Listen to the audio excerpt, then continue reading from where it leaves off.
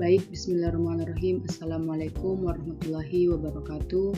Perkenalkan, nama saya Filza Sanderge, NIM 240-250-50-2013, Prodi Teknik Informatika, kelas TIA. Baik, di sini saya akan mempresentasikan PPT pengenalan RPL yang biasa disebut dengan rekayasa perangkat lunak.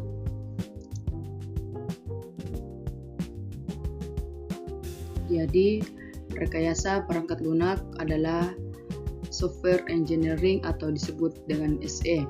Adalah disiplin ilmu yang mendalami cara-cara pengembangan perangkat lunak, termasuk pembuatan, pemeliharaan, manajemen organisasi pengembangan perangkat lunak, dan manajemen kualitasnya. Tujuannya adalah untuk menghasilkan perangkat lunak yang berkualitas dan efisien dan dapat dipercaya. Tujuannya dibagi menjadi 5 bagian, yaitu pertama, mengembangkan perangkat lunak, yang kedua, memperbarui fungsi, yang ketiga, menciptakan user friendly, dan yang keempat, mengintegrasi peralatan mekanikal, dan yang terakhir, melakukan perawatan. Kriteria yang dapat digunakan sebagai acuan dalam merekayasa perangkat lunak itu dibagi menjadi 5. Yang pertama ada dapat dirawat dan dipelihara, dan yang kedua dapat mengikuti perkembangan teknologi, dan yang ketiga mengikuti keinginan pengguna, yang keempat efektif dan efisien dalam menggunakan energi dan penggunanya, dan yang terakhir memenuhi kebutuhan yang diinginkan. Ada tahapan dalam RPL.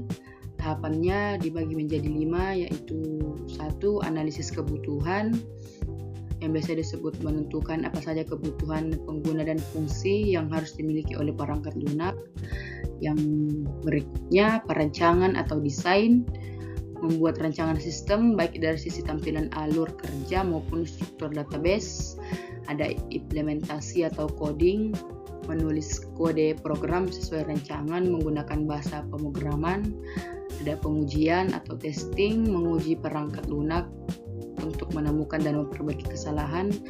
Dan yang terakhir adalah pemeliharaan atau maintenance, yang biasa disebut melakukan perbaikan atau pengembangan lanjutan setelah perangkat lunak digunakan. Di sini ada prospek kerja rekayasa perangkat lunak dibagi menjadi 8 bagian.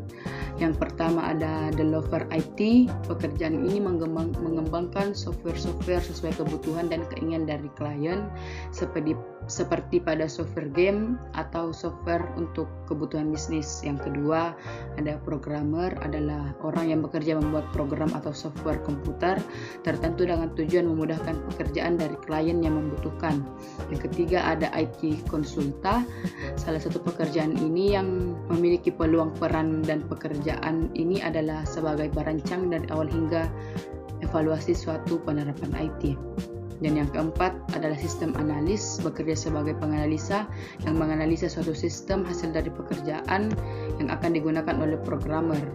Yang kelima ada database engineer, tugasnya sebagai pembuat desain serta memonitoring suatu database yang cukup kompleks. Yang keenam ada web engineer, orang yang bertugas merancang dan membangun website, bertanggung jawab atas layanan dan kemudahan dari website tersebut.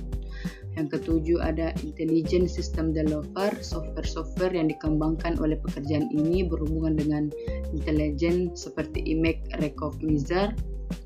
Dan yang terakhir ada software tester, bidang pekerjaan yang memiliki peran khusus dalam menguji sebuah software atau perangkat lunak.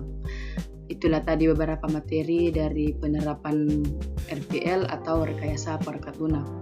Terima kasih.